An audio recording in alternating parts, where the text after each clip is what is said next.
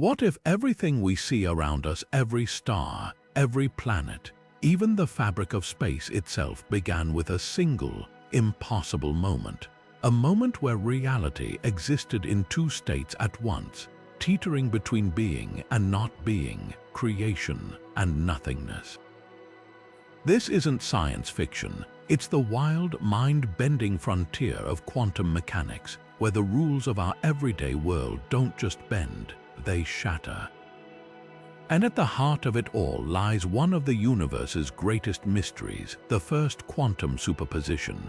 Picture this: before time had a meaning, before matter or energy took shape, the cosmos was a swirling sea of potential. A place where particles could exist in multiple states simultaneously, where the very act of observation might have been the spark that ignited reality as we know it. This is the puzzle physicists are scrambling to solve: how the universe's first quantum superposition set everything into motion, and the theories, they're as staggering as they are diverse. Some suggest it was a cosmic accident, a fleeting instability in the void. Others propose it was inevitable, written into the fabric of existence itself. But one thing's certain: understanding this moment could rewrite everything we know about the birth of the cosmos. Today, we're diving deep into 30 of the most extraordinary theories about that primordial quantum event. From mind-bending ideas about parallel universes branching out from a single quantum flicker, to radical proposals that our entire reality is just one half of an ancient superposition waiting to collapse. We'll explore how this single phenomenon might hold the key to black holes, dark matter, even the arrow of time itself. So buckle up, because by the end of this journey, you won't just see the universe differently, you'll question what it even means to be real. The answers waiting for us, they're stranger than anything we've dared to imagine. Let's start with a theory that flips the script on the Big Bang entirely.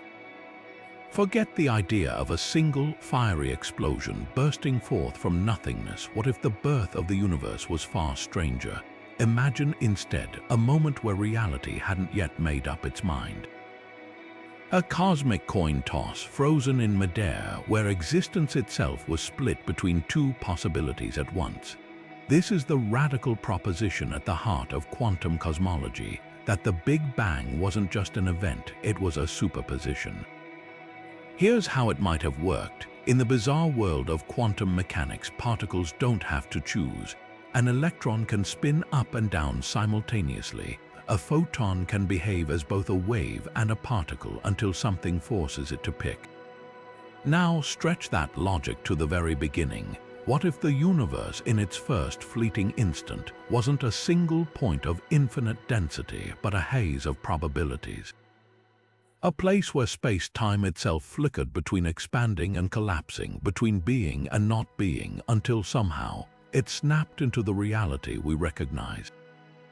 Loop quantum gravity, one of the leading frameworks trying to unify relativity and quantum theory, offers tantalizing clues. It suggests that the singularity at the Big Bang, the supposed moment of infinite density, might never have existed. Instead, the equations point to a quantum bounce, where a previous universe collapsed only to rebound in a superposition of possible outcomes. Our cosmos, then, could be just one branch of an ancient quantum decision.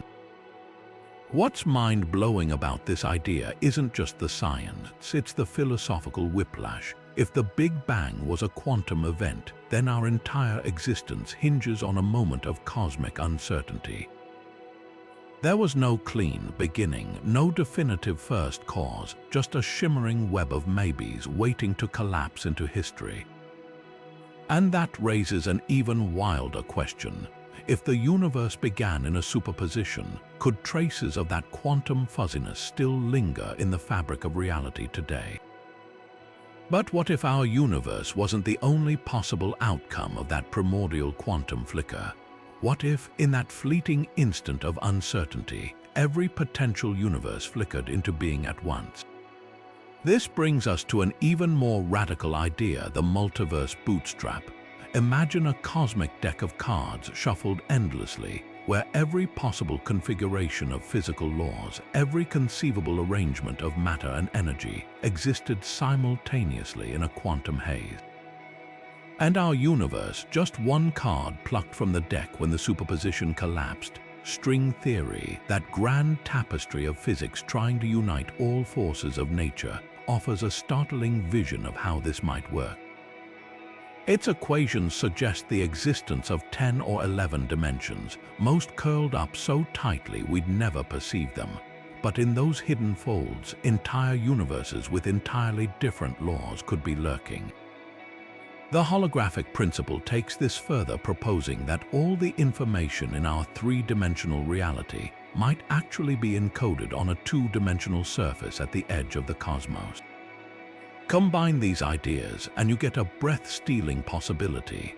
Our universe might be just one projection from an immeasurably vast quantum library of potential realities. Think of it like a cosmic choose-your-own-adventure book. At the moment of the first superposition, every possible path, every variation of physical constants, every twist of space-time existed in parallel. Gravity could have been stronger, light slower, atoms unstable. But when the quantum dice rolled, we got this version, a universe where stars ignite, planets form, and life somehow emerges. The eerie part, other outcomes didn't vanish. They might still be out there, flickering in dimensions we can't access, like echoes of roads not taken. This isn't just speculation. Some interpretations of quantum mechanics, like the many worlds hypothesis, insist that superpositions never truly collapse. Instead, every possible outcome branches into its own timeline. Apply that to the birth of the cosmos, and you're left with a dizzying thought. The Big Bang wasn't a beginning, but a fork in an infinite road. And if that's true, then somewhere out there, another version of reality took a different turn. One where black holes are made of dark matter, where time runs backward, or where the very concept of space never formed at all. The implications ripple outward. If our universe is just one thread in a quantum tapestry, then the laws we consider fundamental might be nothing more than local bylaws. The speed of light, the charge of an electron, even the number of dimensions, they could all be accidents of cosmic probability. And that raises a haunting question. Did anything have to be this way, or is everything we know, from the atoms in our bodies to the galaxies overhead, just one roll of quantum dice in a game with no end? Now consider this: what if the universe needed a witness to truly exist? Not just any observer, but one whose very act of looking forced reality to make up its mind in that first quantum instant. This is the spine-tingling premise behind the observer's paradox, where consciousness isn't a passive bystander but an active participant in creation. At the subatomic level, quantum mechanics shows us something startling: particles remain in multiple states until measured. Schrödinger's famous cat, both alive and dead until the box opens, illustrates this perfectly. But scale that up to the birth of everything and the implications become staggering. If the early universe was a quantum superposition, what or who finally observed it into being? Some interpretations, like the von Neumann-Wigner hypothesis, take this idea to its extreme. They propose that consciousness itself is the fundamental force that collapses quantum possibilities into concrete reality. In this view, the universe's first superposition didn't resolve spontaneously. It required a primordial act of observation. But here's the twist: if nothing existed before that moment, what could have possibly done the observing? Quantum Darwinism offers one possible answer. Instead of a mysterious cosmic consciousness, it suggests that certain quantum states become classical, not because a mind observes them, but because they're constantly interacting with their environment. Information about those states gets copied and spread so widely that they effectively solidify into objective reality. Apply this to the early cosmos, and you might imagine quantum fluctuations imprinting themselves on the fabric of space-time until, through countless interactions, one version won out. Yet the debate rages on. Could self-aware observation have played a role, even indirectly? Some theorists speculate that the universe evolved the capacity for consciousness precisely because it needed observers to complete its own existence. A strange loop where reality creates minds, which in turn define reality. Others dismiss this as philosophical fantasy, arguing that decoherence, the natural process of quantum systems losing their fuzziness, explains everything without invoking consciousness at all. What's undeniable is how deeply this idea unsettles our assumptions. If observations shape the cosmos, then the universe isn't just something we discover, it's something we participate in. And that leads to a profound question. If our observations today can influence quantum states in labs, might the echoes of that first cosmic observation still reverberate through every measurement we make? What if the universe sprang from absolute nothingness, not empty space, but a void so total it defied even the concept of nothing? This isn't philosophy. It's the startling heart of quantum field theory, where so-called empty space is anything but, even in a perfect vacuum, particles flicker in and out of existence, borrowing energy from nowhere in fleeting violations of the universe's rulebook. These quantum fluctuations might hold the key to the first superposition, the moment when the cosmos teetered between being and oblivion. Think of the quantum void like a stormy ocean, its surface constantly churning with waves that appear and vanish too quickly to measure.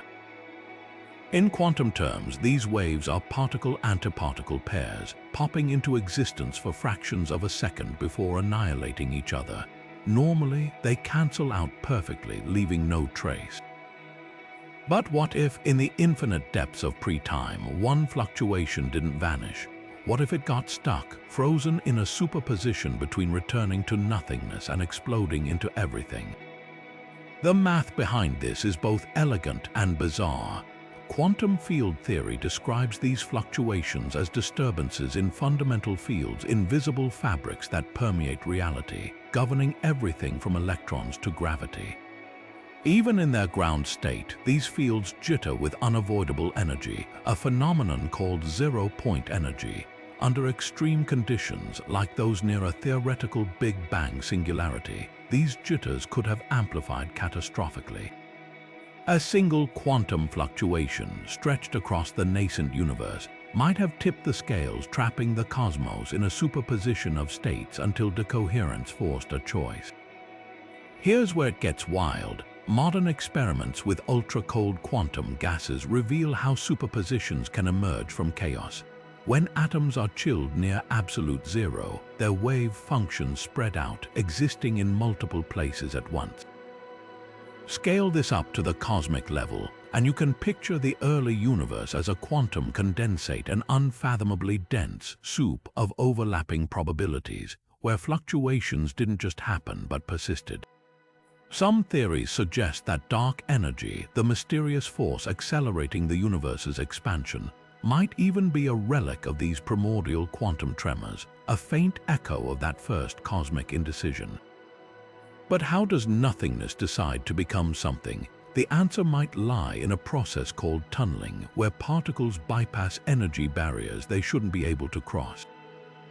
In labs, electrons routinely vanish on one side of a wall and reappear on the other, as if teleporting. Apply this to the quantum void, and you could imagine a fluctuation tunneling from non-existence into existence, carrying the seed of the universe with it. The catch: this wouldn't be a clean transition.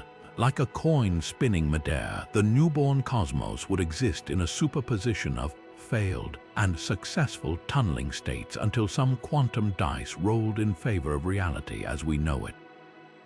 Critics argue this pushes speculation beyond the limits of current physics. After all, quantum field theory assumes the existence of space-time, while the pre-Big Bang void presumably lacked both. Yet proponents counter that quantum gravity theories, like loop quantum cosmology, suggest space-time itself could have quantum properties, allowing fluctuations to twist it into existence from pure potential. It's a dizzying loop. The void fluctuates, birthing space-time, which then hosts the fluctuations that birth matter. Which came first? The answer might be both, and neither until the superposition collapsed. Perhaps the most haunting implication is this: if our universe arose from a quantum fluctuation, then nothing truly ever comes from nothing. The cosmic ledger always balances.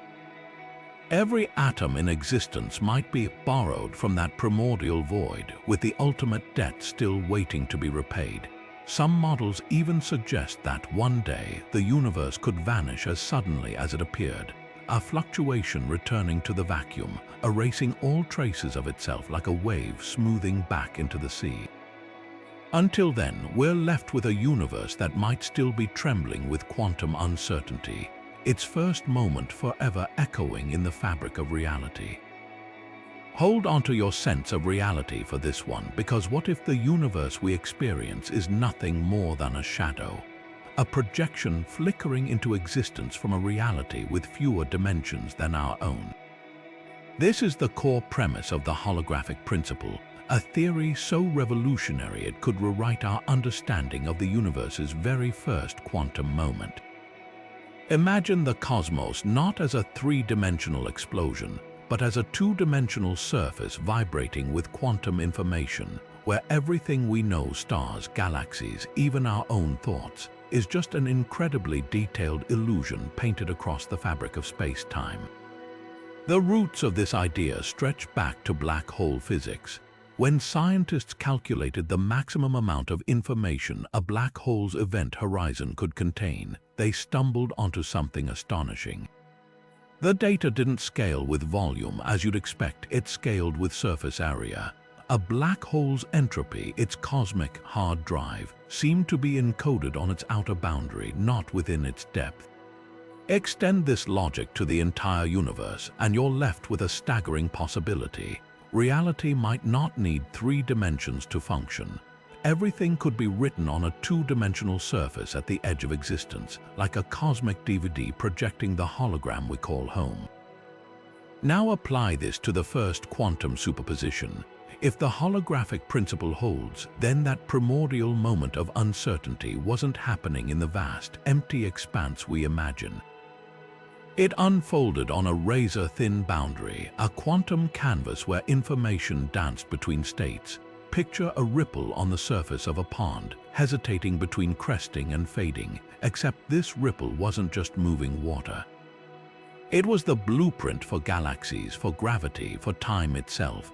The universe's first choice might not have been a volumetric event, but a flicker in a lower dimensional code. Here's where it ties into black holes in a way that'll twist your perception. Black holes are often called the universe's ultimate erasers, swallowing information past the point of no return. But the holographic principle suggests they're actually cosmic archivists. Every particle that falls in leaves a trace on the event horizon, a kind of quantum tattoo. Scale this back to the Big Bang and you get a wild inversion.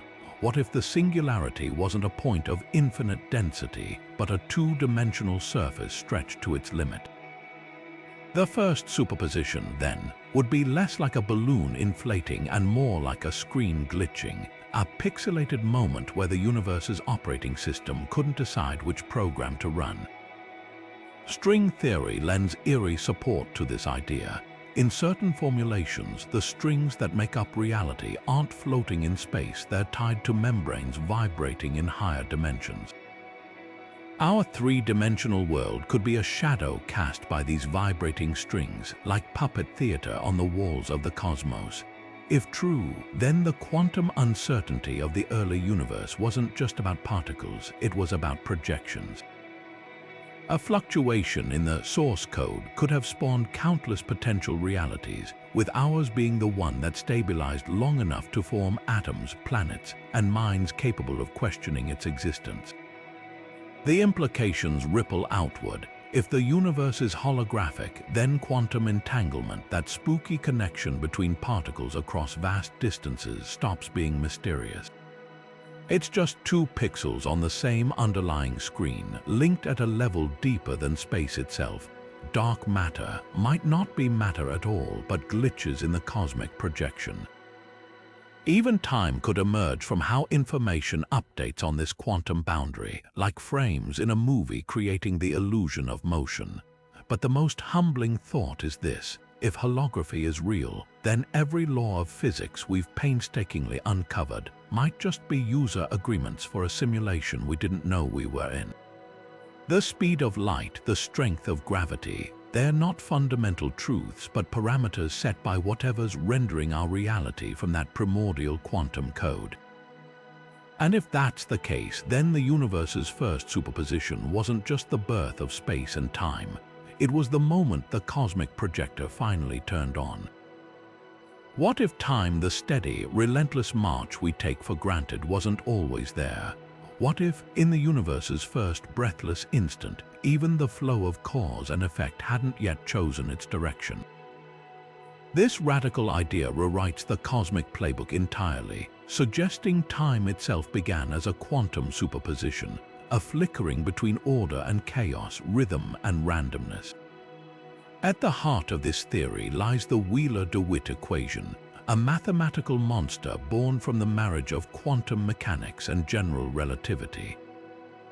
Its implications are as unsettling as they are profound. Under extreme conditions like those at the universe's birth, time might not behave like an arrow at all. Instead, it could dissolve into a quantum haze where past, present, and future blur into a single, timeless smear of possibility. Think of it like a symphony frozen mid-note, every instrument poised to play, but the conductor hasn't yet decided whether the next measure will be allegro or adagio. Quantum timelessness takes this further. In this view, the universe's clock didn't start ticking until its first superposition collapsed. Before that moment, before and after had no meaning. Every potential sequence of events existed simultaneously, like frames of a film stacked in a jumbled pile. Only when the quantum dice rolled did causality snap into place, stringing those frames into the linear story we call history. Here's where it gets unnerving. Modern experiments with quantum gravity hint that time might still be an emergent property, not fundamental. In labs, certain quantum systems can exhibit timeless behavior where particles interact without a clear sequence. Scale this up to the cosmic dawn, and you might imagine a universe stuck in eternal hesitation, its potential futures locked in a quantum standoff. Yet the most mind-bending twist comes from loop quantum gravity, which suggests time itself could be quantized, broken into indivisible chunks like pixels in a cosmic movie. At the universe's birth, these time atoms might have vibrated in superposition, each moment pulsing between existence and oblivion. The arrow of time, then, wouldn't be a fundamental law, just the statistical accident of one quantum branch winning out over others, like a flipped coin landing heads trillions of times in a row. And that raises a haunting question. If time began in quantum uncertainty, could pockets of that primordial timelessness still lurk in the fabric of reality? Black holes, where gravity warps time to a standstill, might be windows into that first, frozen, instant places where the universe briefly forgets how to tick. The greatest battle in modern physics isn't fought with telescopes or particle colliders, it's happening in the equations themselves. On one side, quantum mechanics, ruling the realm of atoms with probabilities and uncertainties. On the other, general relativity, governing stars and galaxies with the smooth curves of space-time. These two titans describe reality with stunning accuracy, yet they speak completely different languages. But what if the universe's first quantum superposition holds the key to translating between them? This is the promise of quantum gravity theories, and one approach in particular offers a breathtaking vision: causal dynamical triangulation. Imagine trying to stitch together a patchwork quilt where one half is made of finely woven silk, the other of rugged denim. That's the challenge physicists face when merging quantum mechanics and relativity. Quantum particles buzz with unpredictability, flickering in and out of existence. Space-time, meanwhile, bends like a tranquil river under gravity's influence. Causal dynamical triangulation tackles this mismatch by rebuilding the cosmos from the ground up. not as a smooth continuum, but as a vast network of tiny geometric shapes called simplices. Picture a cosmic Lego set where each block represents the smallest possible unit of space-time. At the universe's birth, these blocks wouldn't have been neatly assembled. They'd exist in a quantum jumble, every possible configuration superimposed at once, a frothing sea of potential geometries waiting to crystallize into the orderly space-time we know.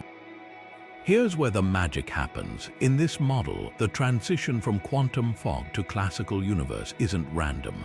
The simplices follow strict rules about how they can connect, like a cosmic game of Tetris where only certain shapes fit together. Over unimaginably short intervals, these connections snap into place, forming a structure where cause and effect emerge naturally. It's as if the first superposition wasn't just about particles or forces, but about the very rules of connection between fragments of reality. The implications are staggering. Simulations using causal dynamical triangulation show something remarkable when you let these quantum space-time blocks self-assemble. They spontaneously create a four-dimensional universe resembling ours. Not 2 dimensions, not 10, but the precise blend of 3 spatial dimensions and 1 time dimension we experience. This suggests an astonishing possibility. The dimensionality of our universe might not be fundamental. It could be an emergent property, a pattern that shook loose from the chaos of that first quantum moment. But the real breakthrough comes when we ask why this particular structure won out. The answer might lie in entropy, the universe's tendency toward disorder. Among all possible quantum superpositions of space-time, the configuration we inhabit could have been the one that maximized complexity while remaining stable. Like a snowflake forming in turbulent air, our four-dimensional reality may have been the most elegant solution to a quantum puzzle set at the dawn of time. This isn't just mathematical poetry. If correct, causal dynamical triangulation could explain deep mysteries, like why time flows in one direction. In the quantum foam of the early universe, every arrow of time might have pointed in random directions. But as connections solidified, a dominant direction emerged, imprinting the universe with causality. Similarly, dark energy's mysterious push against gravity might be a relic of those first hesitant connections between space-time fragments, a cosmic tension left over from when geometry itself was undecided. Yet for all its elegance, this theory forces us to confront a humbling truth. The seamless space-time we move through every day, the stage on which all existence plays out, might be an illusion. A shadow cast by countless quantum handshakes between geometric fragments, their agreements echoing back to that first moment when superposition became structure. And if that's true, then the universe didn't just find its shape. It built itself from the quantum ground up, one trembling connection at a time. Now consider a universe where the threads binding reality together existed before reality itself. This isn't science fantasy, it's the startling implication of quantum entanglement playing architect to the cosmos. Imagine the first superposition not as a solitary event, but as a symphony of interconnected quantum whispers where particles, or whatever existed before particles, were already linked across a void without space or time. These primordial entanglements might have woven the very fabric of existence, creating a scaffold upon which the universe could coalesce. The AD/CFT correspondence, a groundbreaking idea from string theory, offers a clue to how this could work. It proposes a holographic duality where a higher dimensional space, anti-de Sitter space, connects to a lower dimensional quantum field theory, conformal field theory. In simpler terms, the geometry of space-time in one realm is mirrored by entangled quantum states in another. Apply this to the pre-Big Bang void, and you get a jaw-dropping possibility. Entanglement didn't emerge with the universe, it defined the universe. The first superposition might have been less like a single particle hesitating between states and more like an infinite web of quantum links snapping taut, pulling reality into focus. Here's where it gets even wilder. Experiments with quantum computers reveal how entanglement can create emergent geometry, literally building the illusion of space from abstract connections. Qubits entangled in specific patterns mimic the behavior of particles moving through curved space-time. Scale this up to cosmic proportions, and you can picture the early universe as a quantum network, where every potential particle was entangled with every other, their collective uncertainty collapsing into the structure we now call space-time. But how could entanglement exist before particles? The answer might lie in quantum fields, which theorists argue could have been entangled in their ground state, a sort of dormant connectivity waiting to activate. Picture two pendulums suspended from the same beam. Disturb one and the other moves, even if they never touch. Now imagine that connection persisting before the pendulums existed. That's the level of abstraction. We're dealing with a universe where relationships came first and the things relating followed. Critics argue this pushes physics into metaphysical territory. Yet supporters point to black holes, where entanglement entropy, a measure of quantum connections, precisely matches the area of the event horizon. This eerie parallel suggests entanglement isn't just a feature of reality, it might be the foundation. If true, then the universe's first moment wasn't a solitary quantum flip. It was the awakening of an ancient, invisible lattice, a cosmic spiderweb trembling with potential. And that raises a haunting question. If entanglement built the universe, could traces of that original quantum web still linger? Some theorists speculate that the cosmic microwave background, the afterglow of the Big Bang, might hide faint fingerprints of those first entangled bonds.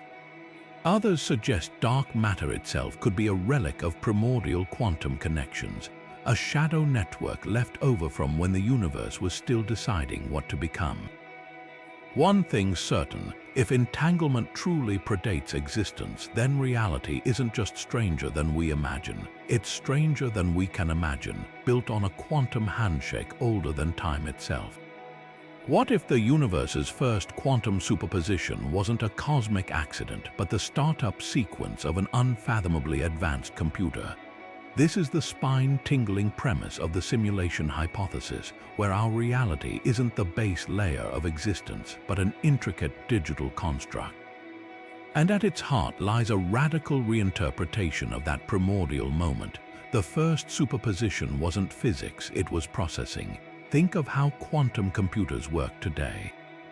Unlike classical bits locked into zeros or ones, qubits exist in superpositions, juggling multiple states simultaneously to perform calculations at impossible speeds. Now imagine scaling this up to cosmic proportions. The Big Bang's first quantum flicker could resemble a quantum processor booting up a system, initializing all possible states before collapsing into the program we experience as reality. Every galaxy, every law of physics might just be the output of an equation too vast for us to comprehend. The parallels run deeper. In quantum computing, maintaining coherence, keeping qubits in superposition, requires isolating them from external interference. The moment decoherence hits, the superposition collapses into a definite state. Apply this to the early universe, and you're left with a staggering idea. Our cosmos might have begun as a perfectly isolated quantum computation, its superposition undisturbed until the simulation's runtime required a concrete outcome. The moment particles, forces, and even time itself snapped into focus wasn't random. It was the universe rendering its first frame. But who or what could be running such a simulation? Philosophers like Nick Bostrom argue that if civilizations ever gain the power to create conscious simulations, the number of artificial realities would vastly outnumber base reality. Statistically, we're more likely to be in one of those simulations than the original universe. Quantum physics adds a chilling twist. The probabilistic nature of superpositions might reflect computational limits. Just as video games reduce graphic details in distant scenery to save processing power, quantum uncertainty could be our universe's way of optimizing resources, only rendering definite states when observed. Yet this isn't just futurism dressed up as cosmology. The holographic principle suggests the universe behaves like a quantum error-correcting code, with information distributed across its boundaries to prevent data corruption, exactly how advanced computers safeguard integrity. Even the speed of light might function as a processing speed limit, ensuring the simulation doesn't overload. And if that's true, then the first superposition wasn't the birth of reality. It was the moment the system allocated enough memory to run it. The implications ripple into philosophy. If we're in a simulation, does the concept of a first superposition even make sense, or was it just the first tick of a cosmic clock? Are the laws of physics immutable, or merely the default settings of someone else's experiment? And most unsettling of all, if the universe began as code, what happens when the program ends? Imagine if everything you've ever known, the stars, the planets, even the laws of physics themselves, were nothing more than a fleeting glitch in the void. A cosmic hiccup vanishing as quickly as it appeared.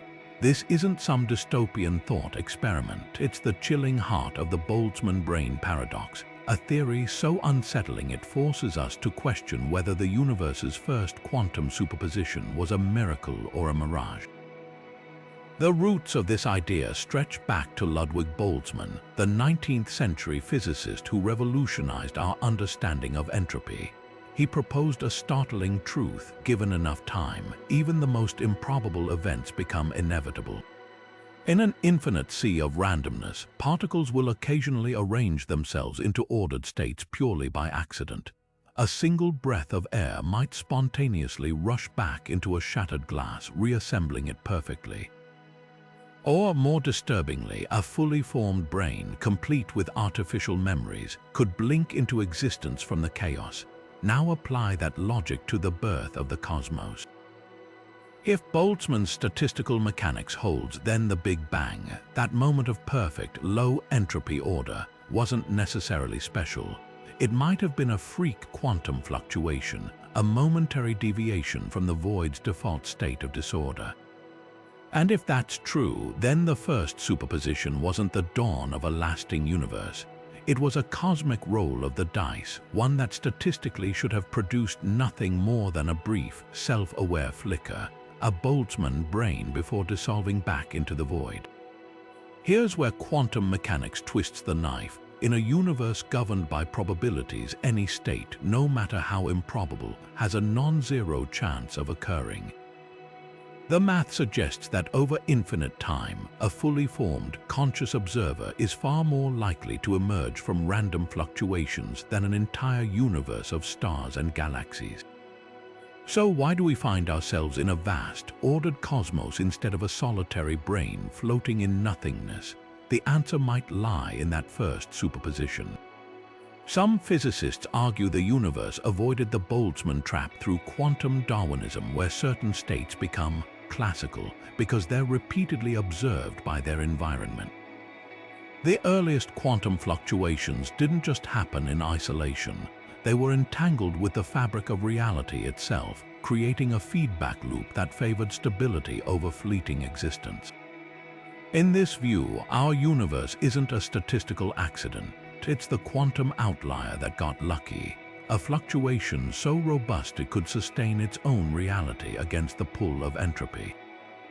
But the paradox refuses to die quietly. Modern cosmology reveals an eerie truth. Our universe's initial conditions were impossibly fine-tuned.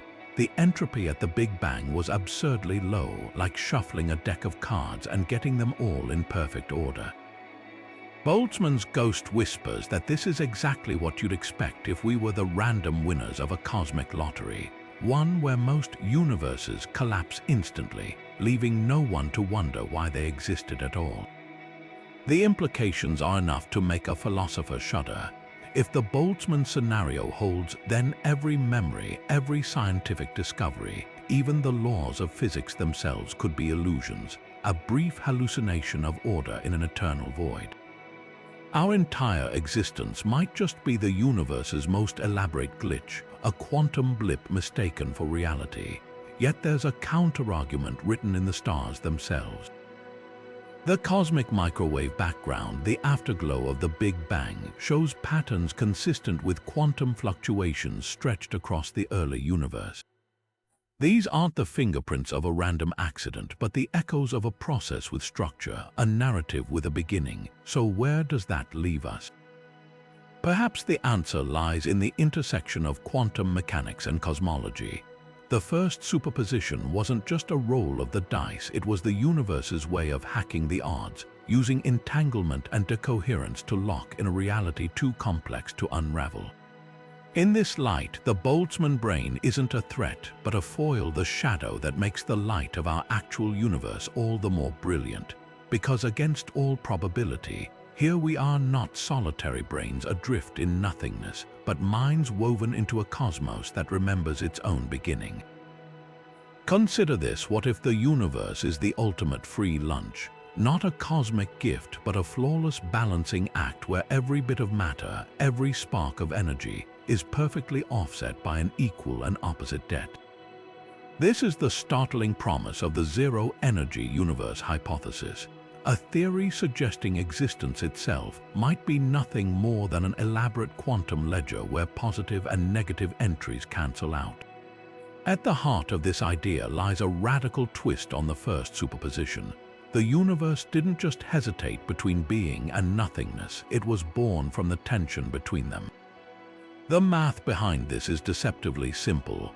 Einstein's equation E equals mc squared tells us mass can convert to energy. But general relativity adds a cosmic twist: gravity's pull carries negative energy. Combine all the positive energy of matter, light, and motion with the negative gravitational energy binding it together, and the sum might be zero. In other words, the universe could be a perfect cosmic null, a quantum fluctuation so balanced it never needed to borrow energy to exist in the first place. Now let's rewind to the first quantum moment. Picture the void not as empty, but as a seething quantum foam, where particles and antiparticles flicker into existence for fleeting instants, their energies cancelling out. Most vanish without a trace, but what if one fluctuation didn't? What if, instead of annihilating, positive and negative energies got stuck in a superposition, teetering between perfect cancellation and catastrophic imbalance? The universe then wouldn't be a thing that happened, it'd be a hesitation that persisted, a cosmic maybe frozen in time. Quantum field theory gives this idea teeth. The vacuum isn't passive, it crackles with zero-point energy, a baseline hum of activity even at absolute zero. Under extreme conditions like those near the Big Bang, this energy could have amplified, stretching the quantum foam into a vast superposition of possible universes. Ours might be the one where positive and negative energies locked into an unstable equilibrium, like a pencil balanced on its tip. The moment that balance tipped, reality as we know it could have crystallized from the quantum haze. Here's where it gets stranger. If the universe truly has zero net energy, then the first superposition wasn't just a momentary glitch, it was the universe's fundamental state. Every galaxy, every star, every atom we see might just be a ripple in that eternal balance sheet, a temporary deviation destined to one day settle its debts. Some theorists even speculate that dark energy's mysterious push against gravity is the ledger correcting itself, a cosmic reminder that nothing comes from nothing. Yet the most profound implication isn't mathematical, it's philosophical. If the universe is a zero-sum quantum game, then existence itself becomes a kind of illusion, a flickering pattern in an eternal void. We're not living in a universe that is, we're living in one that almost isn't, a cosmic breath held for 14 billion years and counting. And that raises a haunting question. If the universe began as a perfect balance of opposites, what happens when it finally exhales? What if our universe has a hidden twin, a mirror image cosmos where time runs backward and antimatter dominates? This isn't just wild speculation, it's the startling premise of the Multiverse hypothesis. a theory suggesting the Big Bang didn't create one universe but two, ours and an anti-universe, born from a single quantum event like cosmic twins separated at birth. The clues lie in one of physics' most elegant symmetries, CPT, which stands for charge parity and time reversal. In simple terms, it means if you flip a particle's charge, mirror its position, and reverse the flow of time, the laws of physics stay unchanged. Our universe obeys this symmetry, but strangely, it doesn't apply to the cosmos as a whole. Time only moves forward here, matter vastly outweighs antimatter, and the expansion of space has a clear direction. So where's the balance? The biverse theory proposes an answer. The missing symmetry isn't missing at all. It's locked away in a parallel universe born simultaneously with ours, where every asymmetry is perfectly mirrored. Picture the first quantum superposition as a cosmic coin toss, but instead of landing heads or tails, it lands both. On one side, our universe inflates forward in time, filled with matter. On the other, an anti-universe explodes backward, dominated by antimatter. The two aren't just opposites, they're entangled at birth, their fates forever linked across a divide we can't perceive. This would explain one of the universe's biggest mysteries, why antimatter, which should exist in equal amounts to matter, is almost nowhere to be found. It didn't vanish, it's all on the other side. The math behind this idea is as beautiful as it is bold. When physicists apply CPT symmetry to the equations describing the Big Bang, they find solutions that naturally predict a mirrored universe emerging from the same quantum fluctuation. In this view, the singularity wasn't a point, it was a quantum bridge, a moment where reality split into two complementary halves. Some models even suggest these universes share a hidden boundary where time stands still, a frozen membrane where the arrow of time in one cosmos points directly against the other. But how could such a mirror universe exist without leaving traces? The answer might lie in the cosmic microwave background, the afterglow of the Big Bang. Tiny anomalies in this radiation, unexplained cold spots and peculiar alignments, could be gravitational echoes from our anti-universe twin, ripples left over from when the two worlds were still quantum entangled. Other clues might lurk in neutrinos, ghostly particles that already blur the line between matter and antimatter. If neutrinos behave in ways that defy standard physics, it could hint at invisible influences from the other side of the quantum divide. Critics argue this veers into untestable metaphysics, yet supporters point to black holes where extreme gravity warps space-time so severely that some theories predict connections to mirrored regions called white holes. If black holes in our universe lead to anti-universe white holes, and vice versa, it would create a breathtaking symmetry, two realities, each the other's cosmic reflection, eternally bound by the first quantum handshake that brought them both into being.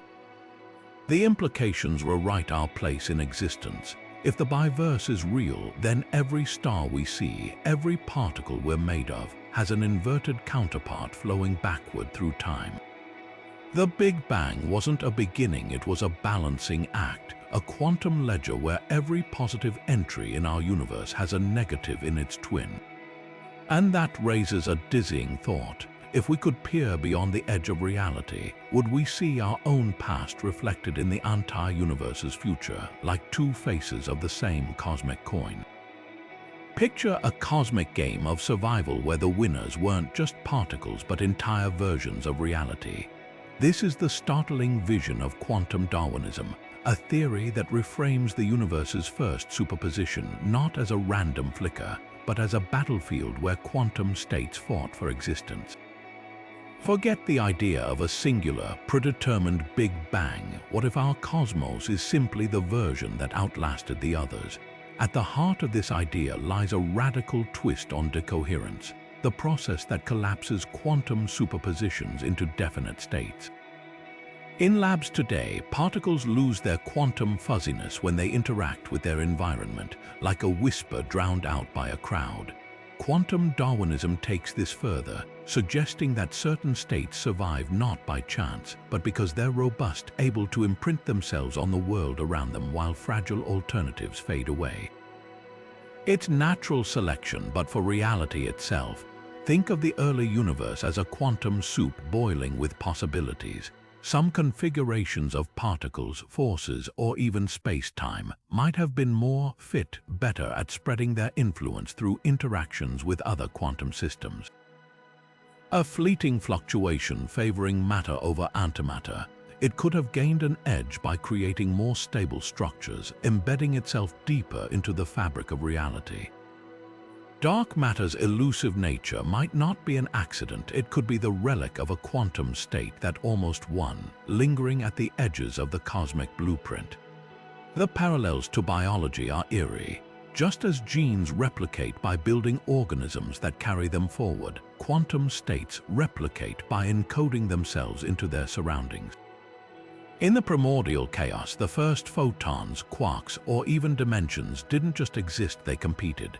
The laws of physics we know today, they might be the equivalent of evolutionary adaptations, patterns that proved durable enough to resist the quantum equivalent of extinction.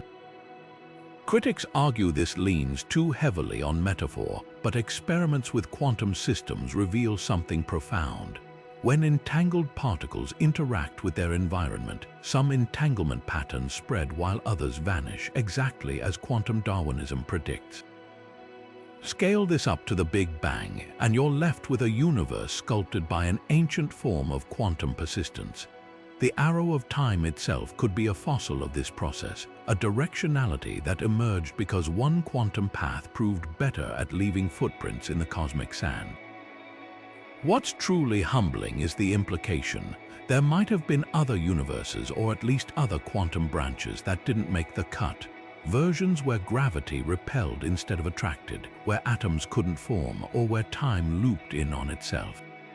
Our reality isn't special because it was chosen, it's here because it was stubborn. A survivor of the first and fiercest selection process of all.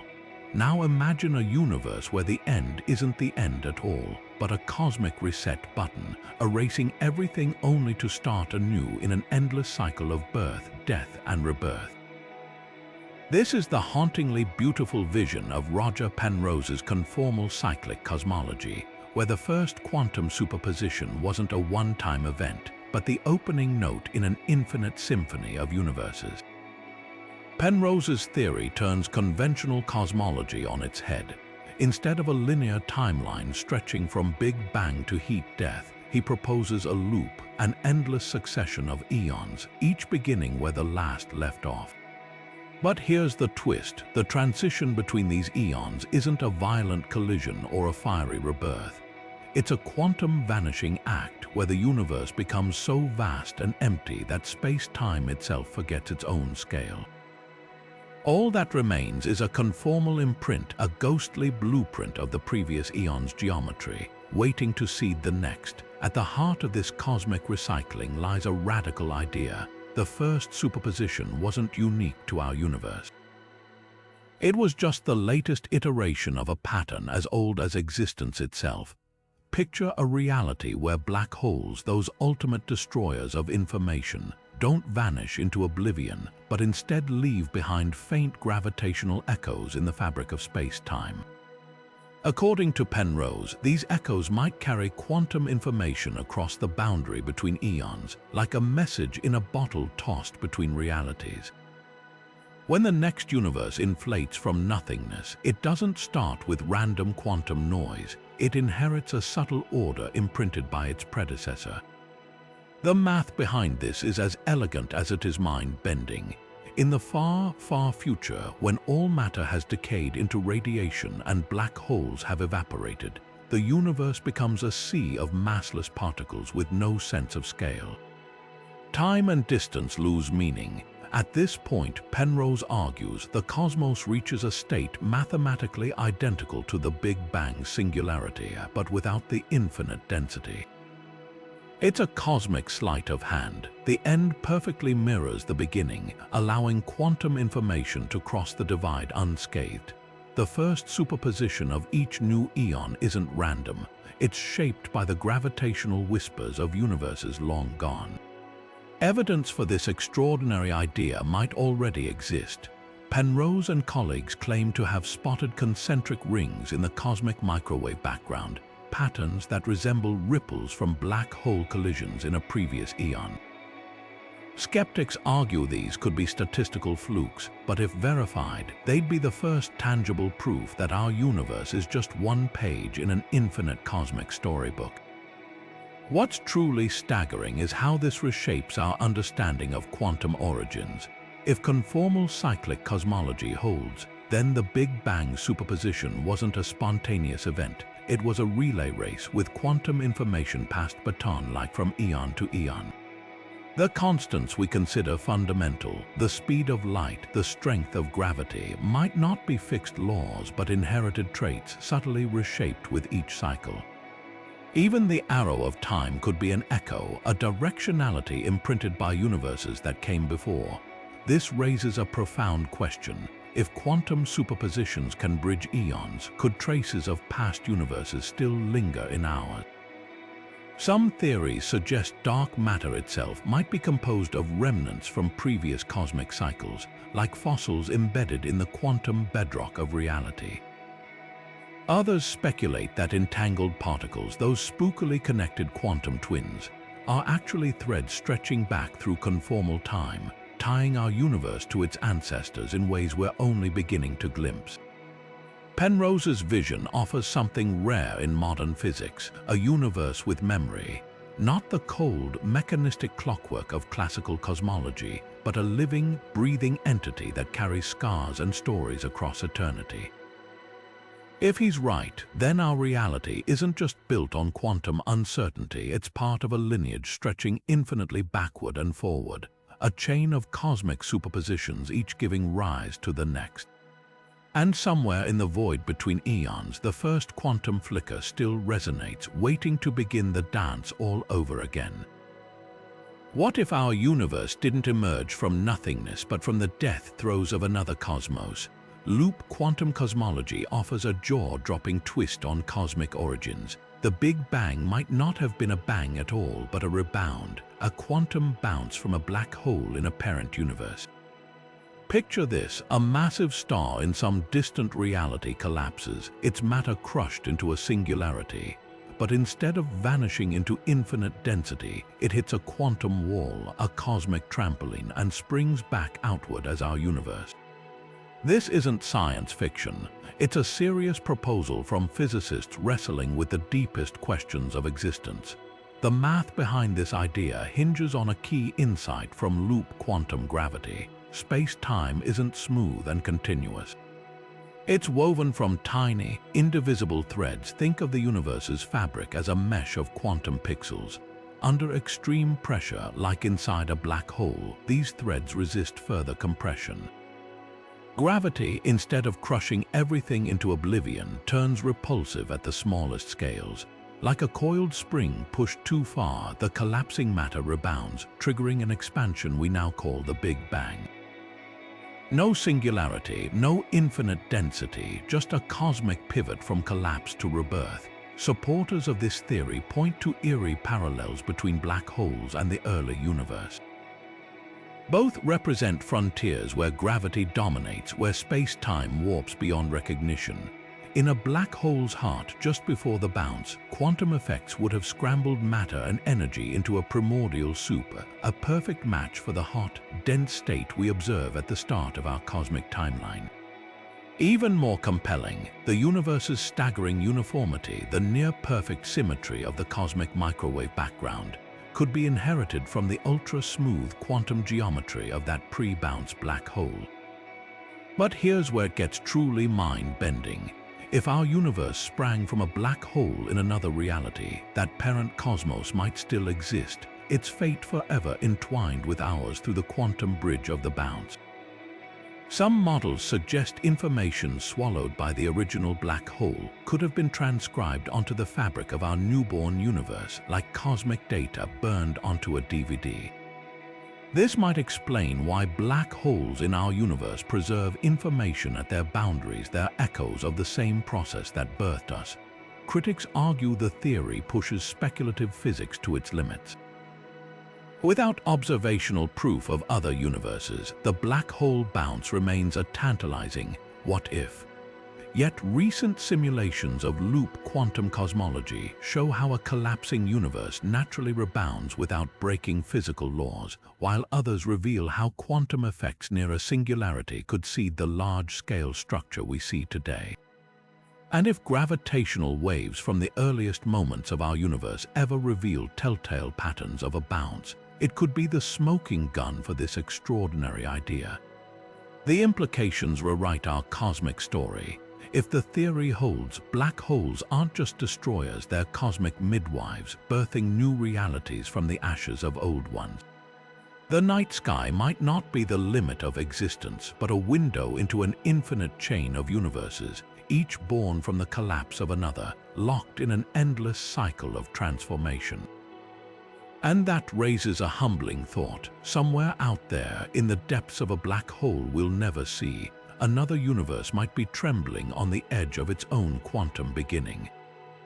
What if the universe didn't begin with matter, energy, or even space-time, but with a single, staggering burst of pure information? This radical idea reshapes the first quantum superposition from a physical event into something far more abstract. The moment reality itself booted up like a cosmic computer, processing its very first bit. At the heart of this theory lies a simple but profound shift. The building blocks of existence aren't particles or waves, but choices. The it-from-bit hypothesis, coined by physicist John Wheeler, flips traditional cosmology on its head. Instead of asking how particles formed, it asks how information, the yes or no states of quantum bits, or qubits, gave rise to particles in the first place. Picture the universe's first instant not as a fiery explosion, but as a quantum circuit flickering to life. A single qubit in superposition, simultaneously representing both on and off, could have been the seed from which all structure grew. Every star, every atom, even the fabric of space-time might just be the physical manifestation of an ancient computational process. Quantum Bayesianism, or cubism, takes this further by framing probabilities not as objective truths, but as beliefs, interactions between observers and the quantum system. Apply this to the Big Bang, and the first superposition wasn't just a state of uncertainty. It was the universe's first question, waiting for an answer. The moment that question resolved, when the quantum wave function collapsed, wasn't dictated by some external force. It was the cosmos deciding on an outcome, a self-referential act of creation where observation and reality emerged hand in hand. Think of it like a cosmic game of 20 questions.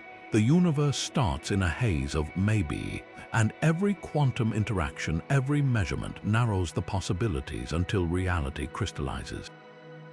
In labs today, quantum systems behave exactly this way. Particles don't have definite properties until they're measured. Scale that up to the beginning of everything, and you're left with a staggering possibility. The universe bootstrapped itself into existence by processing information. The laws of physics, just the algorithms that emerged from those first quantum computations. But how could abstract information create something as tangible as a galaxy? The answer might lie in entanglement. When particles become quantumly linked, their states correlate no matter the distance, a phenomenon Einstein called spooky action at a distance. In information terms, entanglement is like a cosmic network protocol, ensuring separate bits of the universe stay synchronized. The first superposition, then, wouldn't be an isolated event. It'd be the initial node in a vast quantum web, where every subsequent interaction propagated like data packets across a cosmic internet. Critics argue this veers into philosophy, but experiments with quantum computers lend eerie support. When qubits entangle, they can simulate complex systems, even emergent phenomena like time and gravity. Some theorists suggest the early universe operated similarly, with quantum information processing so dense and interconnected that it spontaneously generated the illusion of space-time. Dark energy's mysterious acceleration could even be a relic of this process, the universe's memory of its first informational state, still pushing reality outward like a program stuck on loop. The implications rewrite what it means to exist. If information came first, then particles are just the physical expressions of deeper quantum decisions.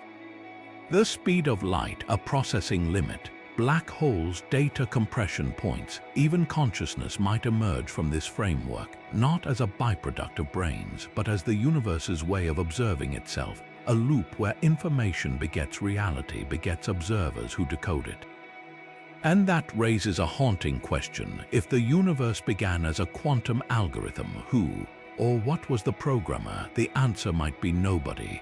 In a self-contained system, the act of computation could create the programmer. The observer and the observed locked in a dance older than time. The first superposition, then, wasn't just the birth of reality. It was the moment the cosmos learned how to think. Time might feel like the most fundamental part of existence, an unchanging current carrying us from past to future. But what if it's not? What if time itself is nothing more than an illusion, a side effect of something far stranger happening at the quantum level? This is the mind-bending premise of the thermal time hypothesis, a theory that rewrites the cosmic clock as a cosmic thermometer. At its core, this idea flips our understanding of cause and effect. Instead of time dictating how systems evolve, the thermal time hypothesis suggests it's the other way around. Time emerges from the natural tendency of quantum systems to move toward thermal equilibrium. Picture a cup of coffee cooling in a room. The heat doesn't flow because time passes. Time becomes meaningful because the heat flows. On a cosmic scale, this means the arrow of time might not be written into the fabric of reality. It could be a consequence of quantum particles chasing balance in an unbalanced universe.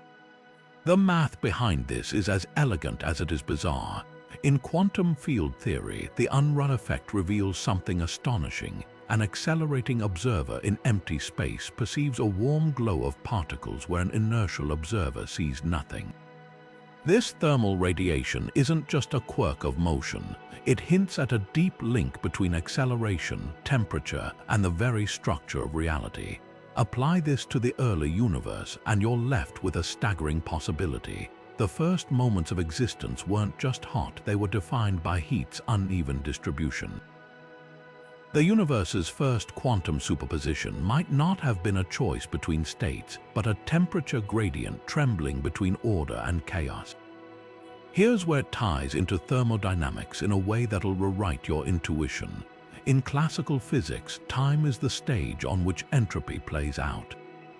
But in the thermal time hypothesis, entropy, the universe's march toward disorder, isn't riding time's arrow, it's drawing the arrow in the first place. At the quantum level, particles don't experience time as we do. Instead, they respond to thermal differences, settling into patterns that create the illusion of a ticking clock. The first instant of the cosmos, then, wasn't a singularity in space-time. It was a singularity in information, a point where the quantum ledger of heat and energy hadn't yet balanced. Critics argue this reduces time to a statistical fluke, but experiments with quantum gases reveal eerie parallels. When ultra-cold atoms are pushed out of equilibrium, they spontaneously generate structures that mimic the flow of time, like a river carving its own bed. Scale this up to the Big Bang, and you can picture the early universe as a quantum thermal engine. Its first superposition not between here and there, but between hot and cold. The moment that gradient stabilized, time as we know it could have crystallized from the quantum noise, a frozen echo of that first temperature difference. The implications ripple through modern cosmology. Dark energy's mysterious push against gravity might not be a force at all. It could be the universe's way of seeking thermal equilibrium, like a cosmic sigh after 14 billion years of holding its breath. Even black holes, those ultimate disruptors of time, fit neatly into this framework. Their event horizons aren't just boundaries in space, they're surfaces where temperatures diverge so violently that time itself breaks down, revealing the quantum thermal machinery beneath. But the most humbling thought is this: if time emerges from thermodynamics, then our perception of past, present, and future might be nothing more than a collective hallucination. The universe's first moment wasn't the start of a clock. It was the birth of a gradient, a quantum whisper of heat that taught reality how to tick. And somewhere in the void, that whisper might still be echoing, a reminder that time isn't the canvas of existence, just its most convincing mirage. What if the universe's first quantum flicker wasn't random at all, but guided by an invisible hand, a hidden structure lurking beneath space and time, gently nudging reality into existence like a cosmic conductor leading an orchestra?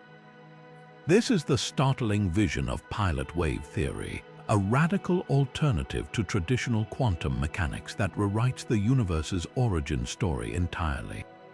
At the heart of this idea lies Bohmian mechanics, named after physicist David Bohm.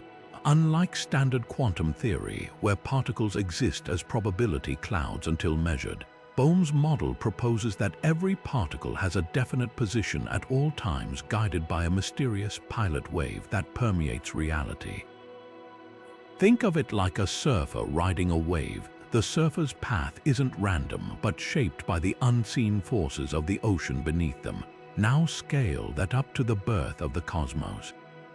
The first quantum superposition might not have been a free-for-all of probabilities, but a dance choreographed by a primordial pilot wave in a medium older than space itself. Imagine the pre-Big Bang void not as empty nothingness, but as a quantum fluid, a sort of cosmic broth vibrating with potential. Within this medium, fluctuations wouldn't just pop in and out of existence randomly. They'd be steered by the subtle ripples of the pilot wave, like leaves caught in a gentle current. When the moment of creation arrived, this hidden guidance could have tipped the scales, coaxing the universe out of superposition and into the single, stable reality we inhabit today. The Big Bang, then, wouldn't be a chaotic explosion, it'd be the moment the cosmic wave finally crested, carrying reality ashore. Supporters of this idea point to eerie parallels in modern physics. In labs, oil droplets bouncing on vibrating fluid surfaces eerily replicate quantum behavior, suggesting particles might indeed be riding hidden waves. These droplets, guided by the fluid's subtle motions, exhibit double-slit interference and quantum tunneling, phenomena once thought to require pure probability. Scale this up and you're left with a universe where the first particles didn't guess their paths. They followed a roadmap written in the fabric of an ancient quantum sea. But here's where it gets truly revolutionary. If the pilot wave existed before space-time, it couldn't have been a wave in anything, no medium to ripple through, no dimensions to propagate in. This suggests something far stranger. The pilot wave might be a fundamental feature of reality, a structure so deep it doesn't depend on space or time to exist. Some theorists speculate it could be a relic of a more fundamental layer of physics, a shadow dimension where the universe's blueprints were drawn before the first quantum flicker. Critics argue this veers into metaphysics, but the math holds surprising weight. Pilot wave theory reproduces all the predictions of standard quantum mechanics without the paradoxes of superposition or wave function collapse. No Schrödinger's cat's half alive, no multiverses branching endlessly, just a single deterministic universe guided by hidden currents. And that raises a profound question. If the pilot wave shaped the first quantum moment, could traces of its influence still linger? Some models suggest dark matter's elusive nature might be tied to remnants of this primordial guidance system, like cosmic breadcrumbs left behind when the wave receded. What's truly humbling is the implication. If Bohm was right, then the universe's first moment wasn't a roll of the dice, it was the opening note of a symphony written in a language we're only beginning to decipher. The night sky isn't just a scattering of stars, it's a masterpiece painted by a brush we can't see, moving to rhythms older than time. And somewhere beneath it all, the pilot wave still hums, the silent architect of everything. Picture reality not as a smooth continuum, but as a vast, shifting network, a cosmic spiderweb where every intersection hums with quantum potential. This is the essence of the quantum gravity model, a theory suggesting the universe began not with a bang, but with a connection. Forget particles, forget space-time. The fundamental ingredient of existence was a graph, an ever-evolving lattice of relationships where here and there hadn't yet been defined. Drawn from the strange world of condensed matter physics, this idea reimagines the first quantum superposition as a web of pure geometry. Imagine a sea of microscopic nodes, not points in space, but abstract links vibrating between on and off. In this pre-space soup, distance was meaningless. What mattered was connectivity, which nodes were entangled, which paths carried information, which handshakes between quantum dots could cascade into structure. The universe's first moment wasn't an explosion. It was a shudder through this network, a ripple of decisions where certain connections froze into place while others faded away. Here's where it mirrors real-world materials in a way that'll bend your intuition. In certain exotic crystals, electrons don't orbit atoms.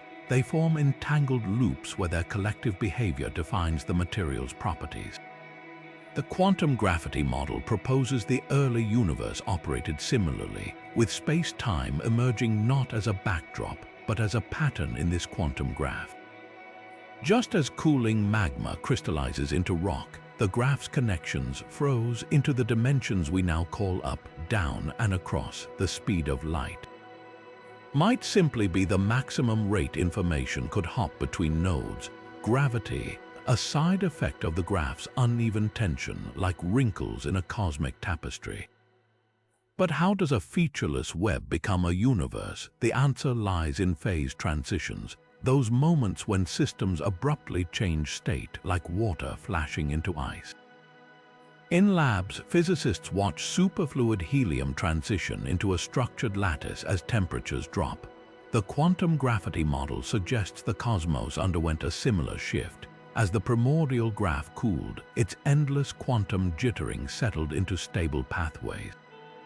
Some connections strengthened, becoming the threads of space-time. Others weakened, leaving behind ghostly gaps, dark energy perhaps, or the voids between galaxy clusters. The model's most startling prediction: space might still be grainy at unfathomably small scales. Just as a digital photo reveals pixels when zoomed too far, reality itself could dissolve into discrete nodes if we could peer beneath Planck length. Some theorists speculate that black holes, those cosmic shredders of information, aren't just crushing matter, but rewiring the underlying graph, snipping connections faster than new ones can form. What's truly revolutionary is how this reshapes the concept of the first superposition. It wasn't particles hesitating between states, it was the architecture of existence trembling between configurations. The Big Bang wasn't an explosion in space, but space itself untangling from the quantum graph's knots. And if that's true, then every star we see, every planet we walk on, is just a shadow cast by connections forged in that first, fleeting moment, an echo of the universe learning how to weave itself together. Two of physics' most enigmatic concepts, wormholes and quantum entanglement, might not just be related. They could be the same thing.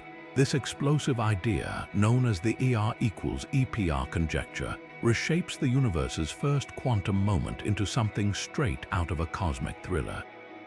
Imagine the Big Bang not as a solitary event, but as the explosive unraveling of an ancient, universe-spanning wormhole network, where every entangled particle pair was once connected by a microscopic bridge through space-time. The roots of this theory lie in two papers from 1935. Einstein and Rosen-Err proposed wormholes as bridges through space-time, while Einstein, Podolsky, and Rosen-Err highlighted the bizarre, instantaneous connection between entangled particles. For decades, these ideas seemed unrelated, But in 2013, physicists Leonard Susskind and Juan Maldeisner made a staggering leap. What if entanglement is a wormhole? Not a metaphorical link, but a literal, albeit microscopic, tunnel through the fabric of reality. Apply this to the universe's first instant, and the implications are breathtaking. That primordial quantum superposition might not have been a solitary particle hesitating between states. It could have been a network of quantum threads, each a wormhole stitching together different potential versions of reality. Picture a frothing quantum foam where space-time wasn't yet stable, and every fluctuation created temporary bridges between possibilities. The moment that network collapsed, when the superposition resolved, wasn't just the birth of matter. It was the moment some wormholes snapped shut, leaving behind the entangled particles we see today as cosmic breadcrumbs. Here's where black holes crash the party. In the AR equals EPR framework, two entangled black holes are invisibly connected by a wormhole. What looks like spooky action at a distance, an entangled particle instantly influencing its partner, is actually information traversing a hidden space-time shortcut. Scale this back to the Big Bang, and you're left with a universe that began as a dense knot of these quantum tunnels, a labyrinth where every possible outcome was physically linked. The laws of physics we know, just the remnants of which wormholes stayed open and which sealed forever. But the real mind-bender is this: if entanglement is wormholes in disguise, then the universe's first quantum state wasn't a solitary flicker. It was a conversation, an entire network of entangled whispers humming with potential. And somewhere in the void, those whispers might still be echoing, reminding us that reality isn't just stranger than we imagine, it's more connected than we ever dared to dream. What if the universe's first quantum flicker didn't just happen, but was chosen, not by some cosmic accident, but by the very beings who would one day emerge to observe it? This is the brain-bending premise of the quantum anthropic principle, where the past doesn't just influence the future reaches back to shape the past. Imagine a cosmic Ouroboros, a loop where conscious observers in the far future retroactively fine-tune the universe's first superposition to make their own existence inevitable. At its core, this idea marries two of physics' most provocative concepts: retrocausality, where effects can precede their causes, and the anthropic principle, which notes that the universe's laws must allow for observers to exist. Normally, we assume the early universe set the stage for life billions of years later, but quantum mechanics reveals something stranger. Particles don't just behave differently when observed, their histories can rewrite themselves to match the measurement. In lab experiments like the quantum delayed choice test, photons act as if they decide whether to behave as particles or waves based on measurements made after they've already traveled. It's as if reality isn't just uncertain, it's negotiable, with future choices reaching backward to sculpt the past. Now stretch this logic to cosmic scales. If a single photon's path can be influenced by future observations, why not the universe's first quantum state? The moment of creation might not have been a solitary dice roll, but a conversation across time where the potential for future observers like us guided that initial superposition to collapse in just the right way. The constants of nature, not accidents but selections, the arrow of time, less a one-way street and more a quantum handshake between the universe's birth and its eventual observers. Critics dismiss this as metaphysical storytelling, but the math holds surprising weight. Quantum Bayesian interpretations frame probabilities as beliefs updated by observation, suggesting reality isn't fixed until measured. Apply this to cosmology, and the Big Bang's quantum fog becomes a canvas waiting for future brushes to paint it into clarity. Even the infamous fine-tuning problem, where physical constants seem improbably perfect for life, finds a radical solution. Those constants weren't fine-tuned for us. They were fine-tuned by us, our eventual existence looping back to nudge the first quantum flicker toward stability. The implications rewrite the cosmic ledger entirely. If the quantum anthropic principle holds, then black holes aren't just cosmic dead ends, they might be time-symmetric portals, their singularities bridging past and future in a feedback loop of observation. Dark energy's mysterious push could be the universe's way of ensuring enough time for observers to emerge and complete the quantum circuit. Even the cosmic microwave background's eerie uniformity might not be a relic of inflation, but a signature of future observers whispering back to the dawn. Here's the most humbling thought. In this model, we're not just passengers in the universe, we're co-authors, our very act of looking somehow etched into the first quantum hesitation. The night sky isn't just a window to the past, it's a mirror reflecting a future that was always there, reaching back to pull the trigger on reality itself. What if the universe's first quantum hesitation never truly ended but simply scaled itself up, repeating the same patterns from the smallest particles to the vast web of galaxies? This is the mesmerizing promise of the fractal quantum universe, where the primordial superposition wasn't a one-time event, but the opening note of an infinite cosmic fugue. Imagine zooming into the fabric of reality like a Mandelbrot, set each level revealing self-similar echoes of that first quantum tremble, where space-time itself is stitched together by recursive ripples of uncertainty.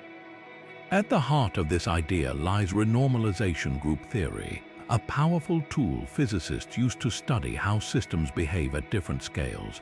Picture a river up close. It's a chaos of swirling eddies and droplets, but from space it's a single, sinuous thread. Renormalization reveals something startling. The same mathematical rules often govern both scales, as if nature is running the same code at different resolutions. Apply this to the quantum realm, and you're left with a universe where the Big Bang superposition might have been the first iteration of a pattern that repeats endlessly from quarks to quasars.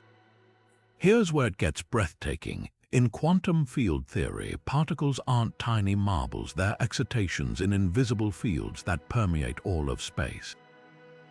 These fields fluctuate wildly at microscopic scales, like a frothing quantum ocean. But zoom out, and those ripples average into the smooth forces we recognize: gravity, electromagnetism, the nuclear interactions. The fractal universe hypothesis takes this further, suggesting the early universe's quantum indecision didn't vanish when the superposition collapsed. It fractalized, imprinting its structure onto every layer of reality.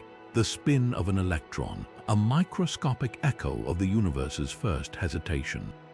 The spiraling arms of a galaxy, a cosmic-scale reenactment of the same quantum dance. Evidence for this cosmic recursion might already surround us. The large-scale structure of the universe, threads of galaxies stretching across billions of light-years, looks eerily similar to neural networks in the human brain or the branching veins of a leaf. Even black holes, those ultimate singularities, might be fractal mirrors of the Big Bang itself, their event horizons marking boundaries where space-time folds back into quantum uncertainty. Some models suggest dark matter's elusive nature could arise from these nested scales, a shadowy residue of the universe's self-similar quantum code. But the real magic lies in how this reshapes our origin story. If the universe is fractal, then the first superposition wasn't an isolated event. It was a fractal seed, a template that unfolded into atoms, stars, and minds with a kind of quantum inevitability. Every measurement we make, every observation that collapses a quantum possibility, might be participating in an ancient pattern, a cosmic rhythm that's been pulsing since the first instant of time. And that raises a humbling thought. When we peer through microscopes or telescopes, we're not just exploring the universe, we're meeting infinity in both directions, a hall of mirrors where the beginning never really ended. What if the Big Bang wasn't an explosion of matter and energy, but a cosmic decision? The moment the universe finally made up its mind.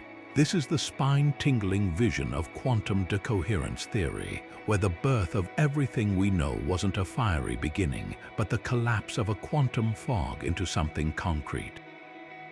Picture the cosmos in its first instant not as a dense singularity, but as a trembling superposition of countless possible realities all existing at once. Then somehow the fog lifted, one version of reality won out, and here we are. At the heart of this idea lies a phenomenon physicists call decoherence, the process that shatters quantum weirdness into classical certainty.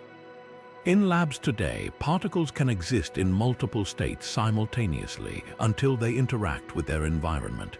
A single photon bouncing off a detector, a stray air molecule brushing against an atom. These tiny disturbances destroy the delicate dance of superposition, forcing the quantum world to pick a side. Scale this up to the universe's first moments, and you're left with a radical possibility. The Big Bang wasn't the start of time, but the moment the cosmos lost its quantum innocence. Wojciech's quantum Darwinism takes this further. It's not just that the environment destroys superpositions, it selects them. Certain quantum states survive because they're robust enough to imprint themselves on their surroundings, like a whisper that grows louder as more people repeat it. Apply this to the early universe, and the hydrogen atoms, photons, and space-time we know today weren't random outcomes. They were the quantum states that could best infect reality, spreading their structure until they became inescapable. The cosmic microwave background's near-perfect uniformity, not a fluke but the signature of a winning quantum handshake. Here's where it gets eerie. If decoherence sculpted the universe, then what we call the laws of physics might just be the habits of the most persistent quantum states. Gravity, light, even the speed of causality, they're not fundamental truths, but the strategies that worked when reality was fighting to stabilize. Dark matter's ghostly presence could be a relic of quantum branches that almost made the cut, lingering at the edges of the cosmic ledger like uninvited guests. Yet the most humbling thought is this: if the universe began as a superposition, then decoherence didn't just shape galaxies, it shaped logic itself. The reason we can't imagine particles spinning two ways at once isn't because it's impossible, it's because our classical minds emerged from the wreckage of that first quantum collapse. We're not observers of the universe, we're artifacts of its decision to stop hesitating. And somewhere in the void, the echoes of those unchosen possibilities might still vibrate like roads not taken in the fabric of reality. The universe might not have needed particles, energy, or even space-time to begin, just an impossible knot. Not a knot of matter, but of pure mathematics, a twist in the fabric of reality so profound it birthed everything we know. This is the radical vision of topological quantum origins, where the cosmos didn't ignite from a fiery singularity, but unfolded from an abstract computation running on the geometry of existence itself. Topological quantum field theory, the mathematical framework behind this idea, reveals something astonishing. The deepest truths of reality might not lie in particles or forces, but in shapes. Not the shapes we see, but shapes woven into the quantum fields that underpin everything. Picture a world where an electron isn't a tiny ball, but a braided ripple in an invisible quantum sea. Where the act of twisting one of these ripples around another doesn't just move it, it fundamentally changes what the particle is. This isn't metaphor. In labs studying topological quantum materials, physicists watch electrons morph into entirely new states when their paths are knotted in specific ways, as if the universe keeps track of every twist and turn. Now rewind to the beginning. Before quarks, before photons, before dimensions, there was nothing but a quantum vacuum, a void teeming with potential. In topological field theory, this vacuum isn't empty. It's a computational landscape buzzing with abstract shapes called topological invariants, mathematical knots that can't be undone without cutting. The universe's first quantum moment, then, might have been the instant one of these knots computed itself into stability, twisting quantum uncertainty into the first threads of space-time. Like a cosmic finger tracing a line in sand, that first topological operation didn't just describe reality, it created it. String theory offers eerie parallels. In some formulations, particles aren't points, but vibrating loops where topology dictates their properties. A string tied in a trefoil knot might become an electron. One twisted into a figure 8 could emerge as a photon. Scale this to cosmic proportions, and the Big Bang wasn't an explosion.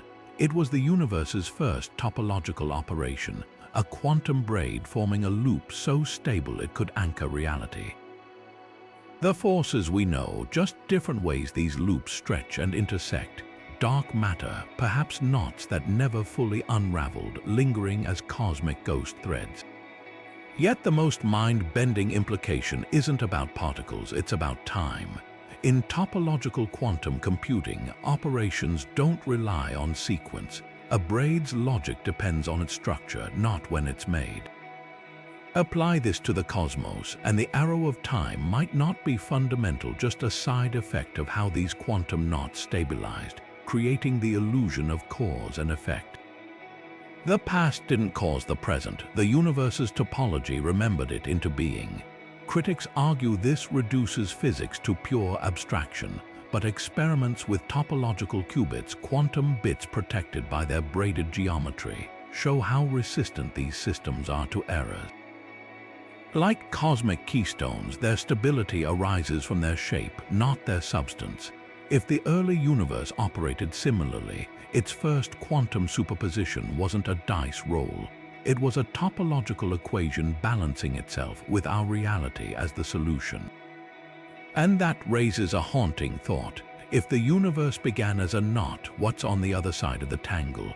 Some theories suggest black holes might be portals where space-time's topology folds back on itself, tying the cosmos into loops older than time.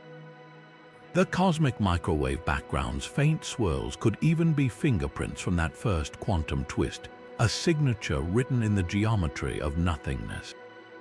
We're not just living in the universe, we're living inside its first and most perfect calculation.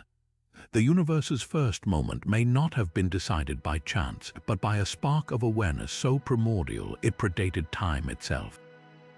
This is the startling fusion of or theory and quantum cosmology, where consciousness isn't just a byproduct of complex brains, it's the missing ingredient that collapsed reality into existence. Forget observers causing quantum waves to collapse after the fact. Imagine a cosmos where proto-consciousness was there first, woven into the fabric of the Big Bang like a whisper in the quantum static. At the heart of this idea lies physicist Roger Penrose and anesthesiologist Stuart Hameroff's controversial or theory. They proposed that consciousness arises from quantum computations in microtubules, tiny protein structures inside brain cells. When these quantum states collapse, subjective experience flickers to life. Now stretch that logic back to the universe's infancy. If microtubules can host quantum consciousness today, what's to say the primordial singularity didn't function like a cosmic microtubule, a single, universe-sized quantum system trembling on the edge of self-awareness? The mechanics are as elegant as they are bizarre. In the first Planck time slivers after the Big Bang, the entire cosmos would have been small enough for quantum coherence to span everything, no decoherence, no environment to break the superposition. Just pure, unobserved potential. According to or math, such a system wouldn't remain suspended forever. Quantum gravity effects at the Planck scale would eventually destabilize the superposition. But crucially, the moment of collapse could coincide with the birth of primitive consciousness. Not human thoughts, of course, but a raw, cosmic scale, aha, moment where reality first differentiated itself from the void. Here's where cosmology crashes into neuroscience in ways that'll rewire your intuition. Modern quantum biology reveals that photosynthesis, bird migration, even our sense of smell rely on quantum effects in warm, wet environments once thought impossible. If nature harnesses quantum mechanics for basic biological functions, why not for the universe's most fundamental transition? The moment of cosmic awakening wouldn't require complex neurons, just the right quantum geometry vibrating at the Planck scale, like a tuning fork ringing across dimensions. Some interpretations go further, suggesting dark matter could be the fossilized imprint of that first conscious collapse. Just as memories persist in neural networks long after the initial experience, the universe's first thought might have left scars in the form of invisible mass holding galaxies together. Even more radical is the idea that black holes, those ultimate destroyers of information, are actually inverse consciousness engines. Where stars and minds generate awareness by collapsing quantum states, black holes might unravel them, resetting the cosmic ledger for new universes to emerge. Critics dismiss this as untestable metaphysics, but tantalizing clues exist. The brain's gamma wave synchrony 40 Hz oscillations linked to conscious experience matches the predicted frequency of Planck scale spacetime vibrations. Coincidence, or proponents think not. They argue this resonance hints at a deep connection between neural processes and the quantum geometry of reality itself. If proven, it would mean every human mind contains microscopic echoes of the universe's first moment of awareness, like Russian dolls nesting back to the Big Bang. What's truly humbling is the implication: consciousness might not have emerged from the universe. The universe could have emerged from consciousness, a self-solving equation where observation and existence are two sides of the same cosmic coin. And if that's true, then when we stare at the night sky, we're not just the universe observing itself, we're the latest ripple in an ancient stream of awareness that began when reality first chose to be. What if the universe's first quantum flicker wasn't a solitary event, but a domino effect that rippled across reality like a cosmic chain reaction? This is the explosive heart of the quantum fluctuation cascade, where the birth of everything we know wasn't sparked by a single moment of uncertainty, but by an avalanche of superpositions feeding into one another, each fluctuation amplifying the next in a runaway dance of creation. Picture a snowball tumbling downhill, gathering mass and momentum. Except here, the snowball is the fabric of reality itself, and the hill is the unstable edge between existence and oblivion. At the subatomic level, quantum fields are never truly still. Even in a perfect vacuum, particles and antiparticles flicker in and out of existence, borrowing energy from nowhere before vanishing back into the void.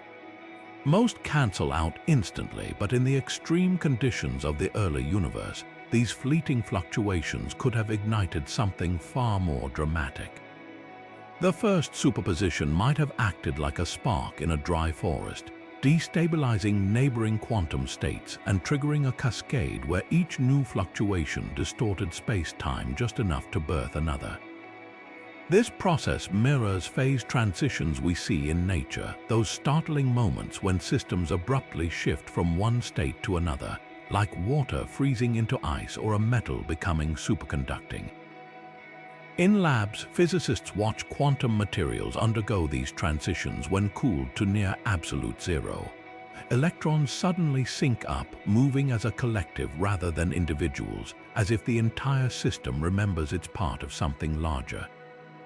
Apply this to the cosmos and you're left with a breathtaking possibility. The Big Bang wasn't a singular explosion. It was the universe's version of superconductivity, a phase transition where quantum uncertainty crystallized into classical reality. The math behind this idea reveals something startling. Quantum field theory predicts that phase transitions can propagate at speeds approaching light, creating topological defects, kinks, or cracks in the fabric of reality where the transition didn't smooth out perfectly. Some theorists suggest these defects might still linger today as cosmic strings, ultra-thin filaments of pure energy stretching across the universe, or as magnetic monopoles, hypothetical particles with a single magnetic pole. Others propose dark energy itself could be a remnant of this cascade, a kind of quantum afterglow from when the universe's fluctuations finally settled into equilibrium. But here's where it gets even wilder. If the first superposition triggered a chain reaction, then the laws of physics we take for granted, the strength of gravity, the mass of an electron, might not be fundamental truths but frozen accidents.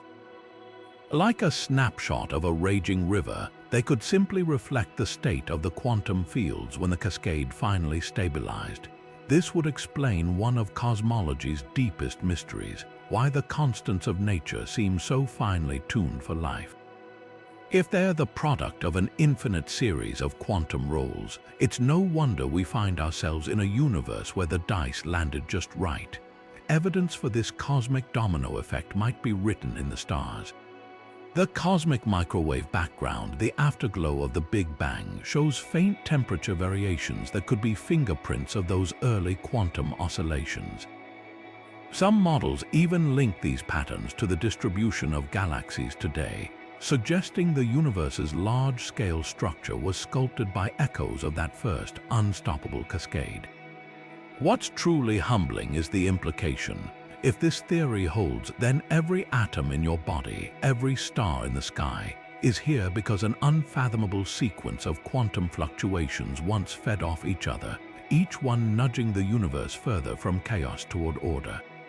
The cosmos isn't just built on uncertainty, it's the product of uncertainty multiplying itself into reality, like a cosmic echo that never fades. Deep beneath the Earth's surface, in laboratories shielded from cosmic rays, scientists listen for whispers from the dawn of time, not with telescopes, but with instruments so sensitive they can detect ripples in space-time itself.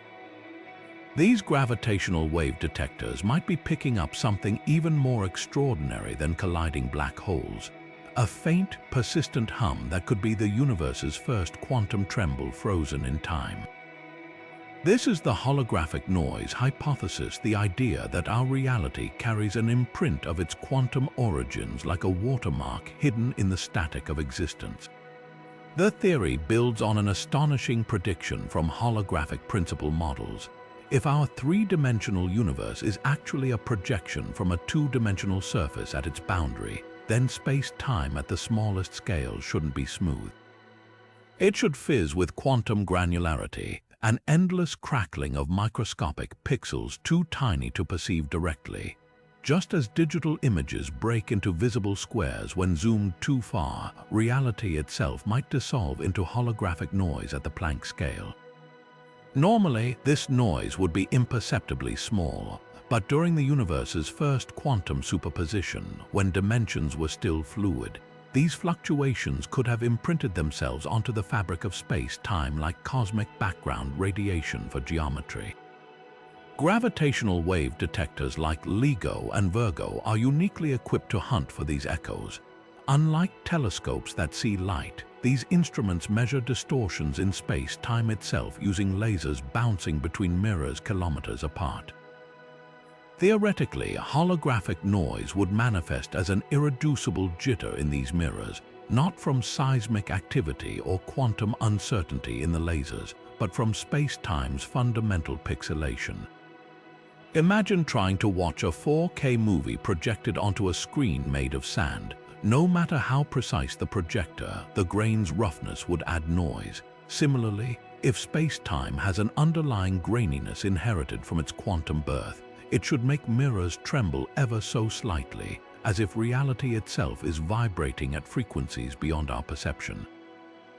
What makes this idea revolutionary isn't just the technology, it's the timeline. Most cosmological relics we study, like the cosmic microwave background, date back to 380,000 years after the Big Bang. Holographic noise, if detected, would be a messenger from far earlier, potentially from the Planck epoch, when the universe was just 10 to the minus 43 seconds old. At that unimaginable moment, quantum mechanics and gravity were indistinguishable, and space-time itself may have existed in a superposition of possible configurations. The noise could be the fossilized imprint of that primordial indecision, a quantum hiccup preserved across 14 billion years like a scratch on a cosmic vinyl record. Critics argue the signal would be drowned out by quantum shot noise, the inherent uncertainty in laser photons striking the detector's mirrors. But proponents counter that holographic noise would have distinct signatures. It should affect all detectors simultaneously regardless of location, unlike local vibrations, and follow precise frequency patterns predicted by holographic models. Some theories even suggest this noise should scale with the surface area of the mirrors rather than their volume, a smoking gun for the holographic principle, where information scales with boundary areas rather than bulk. Perhaps most mind-bending is how this connects to black holes. The holographic principle emerged from studying black hole thermodynamics, where a hole's entropy, its information content, was found to scale with its event horizon's area, not its volume. If gravitational wave detectors are indeed catching holographic noise, they might be detecting the same quantum pixelation that makes black holes the ultimate information traps. In this view, the static isn't just background, it's the universe's way of reminding us that every measurement we make is etched onto a two-dimensional surface we'll never see, like shadows dancing on the wall of a cosmic cave. Future detectors could settle the debate. Next-generation observatories like the Einstein telescope, with arms 10 times longer than LIGO and subterranean facilities the size of cities, may achieve the sensitivity needed to isolate holographic noise from other interference. If successful, we wouldn't just confirm the holographic nature of reality, we'd hold in our hands a fragment of the universe's first quantum moment, a whisper from when all of existence was still deciding what to be. Imagine a universe where the rules of reality aren't just different here and there, but then and now, where the very fabric of space-time changes not just with gravity, but with the energy of particles moving through it. This is the mind-bending premise of rainbow gravity, a theory suggesting that the first quantum superposition didn't just collapse into a static cosmos, it left behind a cosmic spectrum, an energy-dependent space-time that bends, stretches, and shifts like light through a prism. At the heart of this idea lies a radical reimagining of Einstein's relativity. In standard physics, space-time curves the same way for all objects, whether they're photons or planets. But rainbow gravity proposes something wilder. The geometry of reality might adapt to the energy of what's passing through it. High-energy particles like those screaming from the Big Bang could experience space-time as a warped, fractal landscape, while low-energy objects like stars and planets navigate a smoother, more familiar universe. It's as if the cosmos remembers its quantum origins, offering different versions of itself depending on who's looking. Here's where it ties back to the first superposition. If the newborn universe existed in a haze of quantum uncertainty, its space-time metrics wouldn't have been fixed. They'd have shimmered between possible configurations, each tied to different energy scales. As decoherence set in and the superposition collapsed, these metrics might not have vanished. They could have frozen into layers like sedimentary rock preserving Earth's history. The result, a rainbow of space-time geometries stacked atop one another, each accessible only to particles with the right quantum signature. Black holes offer eerie clues this might be real. Near a singularity, gravity becomes so intense that quantum effects dominate precisely where rainbow gravity predicts spacetime should fracture into energy-dependent zones. Some models suggest this could resolve the black hole information paradox, with high-energy particles accessing hidden spacetime layers that preserve data seemingly lost to the void. Even the cosmic microwave background's temperature fluctuations could carry fingerprints of this rainbow architecture, subtle imprints from when the universe's quantum palette was still wet. Critics argue the theory strays into untestable abstraction, but recent anomalies in high-energy particle collisions hint at energy-dependent spacetime effects. When protons smash together at near-light speeds in the LHC, their debris sometimes behaves as if space itself reacts differently to their frenzy. It's faint, controversial, but if confirmed, it could mean we're glimpsing the universe's primordial quantum flexibility, a relic of when reality itself couldn't decide how to bend. The most poetic implication, if rainbow gravity is real, then every particle carries its own version of the cosmos. An electron sees space as slightly warped, a gamma ray views it as a funhouse mirror. And somewhere in the void, the first quantum hesitation still lingers, not as a moment lost to time, but as a spectrum of possibilities painted across the sky, waiting for the right energy to reveal them. Time as we experience it, a steady march from past to future, might be nothing more than an illusion, a trick of perspective in a far vaster reality. This is the radical proposition behind the quantum timeless multiverse, where the universe's first superposition wasn't a fleeting moment of indecision, but the birth of an eternal, unchanging structure containing every possible reality at once. Picture not a branching tree of alternate timelines, but a frozen sculpture of existence where every moment, every outcome, every version of reality coexists simultaneously in a cosmic block beyond time's flow. The foundation of this idea lies in B-theory, a philosophical approach that reimagines time not as a flowing river, but as a fourth dimension as real as length, width, and height. In this view, the past isn't gone and the future isn't unborn. They're simply coordinates in a static structure, like pages in a book.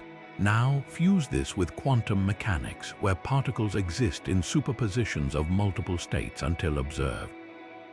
At the universe's birth, this superposition wouldn't have been a temporary flicker. It'd be the fundamental nature of reality, with every possible outcome eternally present in the block. Think of it like a DVD containing an entire film. From the disc's perspective, every scene exists at once, frozen in the arrangement of its microscopic pits. Only when played does the illusion of sequence emerge. Similarly, the quantum timeless multiverse suggests our perception of time is just how we navigate the block, like a laser reading one frame after another. The Big Bang's first superposition wasn't a beginning, but the first frame in a cosmic recording where all possible realities are equally real, forever encoded in the structure of existence. Entanglement adds a mind-bending layer. In labs, particles separated by vast distances instantaneously correlate their states as if space is an illusion. In the timeless block, this spooky action makes perfect sense. Entangled particles aren't communicating faster than light. They're simply two parts of the same timeless pattern, linked in a way that transcends our linear experience. Scale this to cosmic proportions, and every black hole, every galaxy, every version of you that could ever exist is part of a single, unified quantum tapestry. Critics argue this eliminates free will, but proponents counter that choice isn't about creating the future. It's about which thread of the block we consciously experience. Like a hiker choosing a path through a mountain range, the peaks and valleys exist eternally, but the journey still matters. The universe's first quantum moment, then, wasn't the start of a story. It was the stroke of a brush painting an infinite landscape, where every possible stroke was made at once, and we're just tracing the contours with our attention. The haunting beauty of this theory, if true, then somewhere in the block, every quantum possibility plays out, not just the ones we observe. The version of you that took that job offer, the universe where dinosaurs never went extinct, the realities where gravity repels instead of attracts, they're all equally real, forever preserved in the amber of timelessness. And that raises a dizzying thought. What we call the present might just be the slice of the block we're tuned to, like a radio playing one station out of infinite frequencies. What if the universe runs on quantum code, not particles or forces, but a self-correcting algorithm written in the language of superposition itself? This final theory rewires cosmic origins into something resembling a quantum computer booting up, where the first superposition wasn't just a moment of uncertainty. It was the universe executing its first line of programming.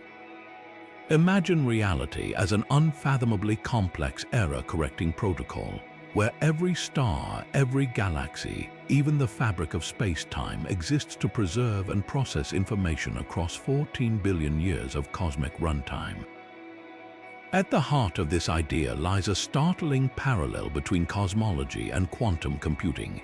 In quantum error correction, fragile qubits are protected from decoherence by embedding their information across entangled networks. A single qubit state might be distributed across multiple others, creating redundancy so that even if one fails, the data survives. Now stretch this logic back to the Big Bang.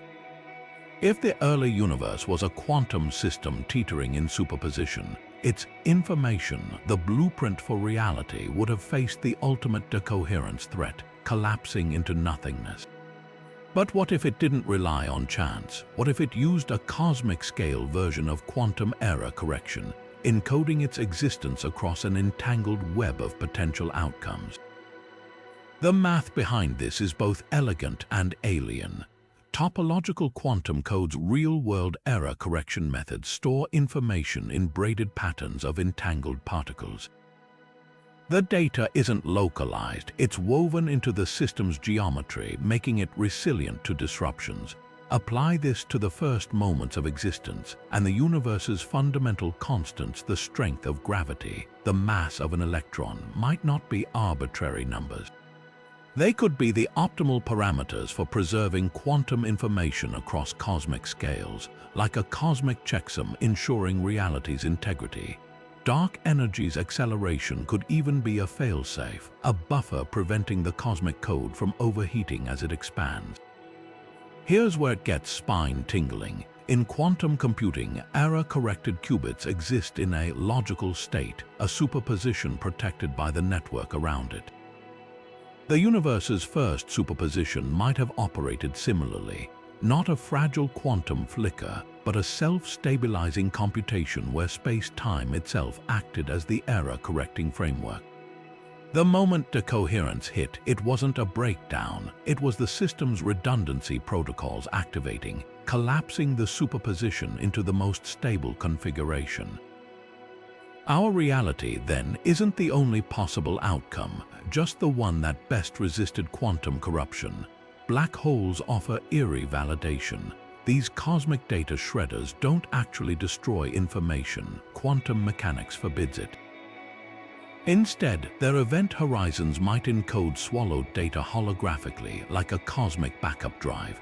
This mirrors quantum error correction, where data isn't lost but redistributed. If black holes are nature's way of preserving information under extreme conditions, could the entire universe be a scaled-up version of the same principle?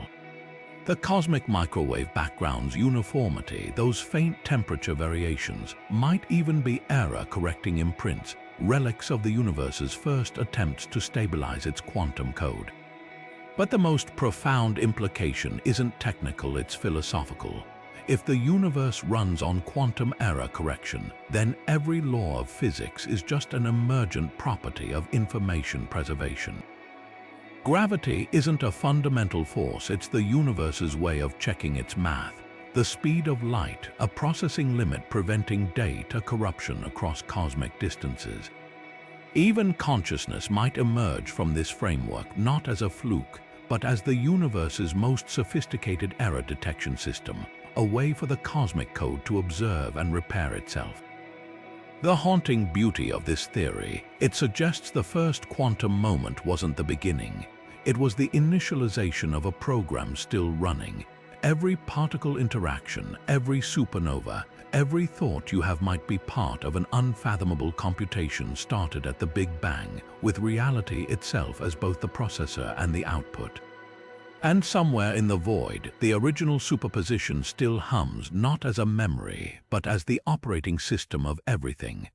From cosmic computer code to timeless multiverses, we've surfed the wildest edges of quantum cosmology, where reality itself flickers between fact and fantasy. What's astonishing isn't just the sheer creativity of these theories, but how they all circle back to the same primal mystery. That first quantum tremor when existence teetered between being and nothingness. Whether you're drawn to the holographic universe's pixelated origins, the Boltzmann brain's existential dice roll, or the eerie elegance of entanglement weaving space-time itself, one truth emerges: our cosmos is far stranger than fiction could ever invent. Yet for all these dazzling ideas, the biggest questions remain wide open. Did consciousness shape the universe, or did the universe shape consciousness? Is our reality one thread in an infinite tapestry, or a self-correcting quantum algorithm running on autopilot?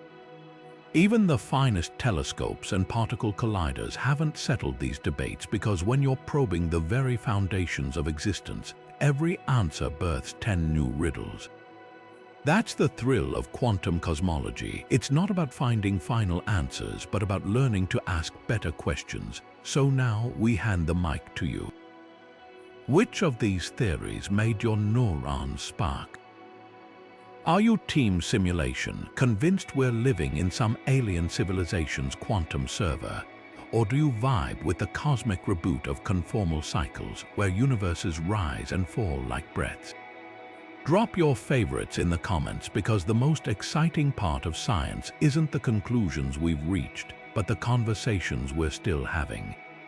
And if diving into these existential rabbit holes left you hungry for more, don't forget to hit subscribe. From wormholes to white holes, dark matter to time loops, we're just getting started unraveling the universe's greatest mysteries. After all, reality's too weird to explore alone, so grab a cosmic buddy and let's keep questioning everything together. See you in the next dimension.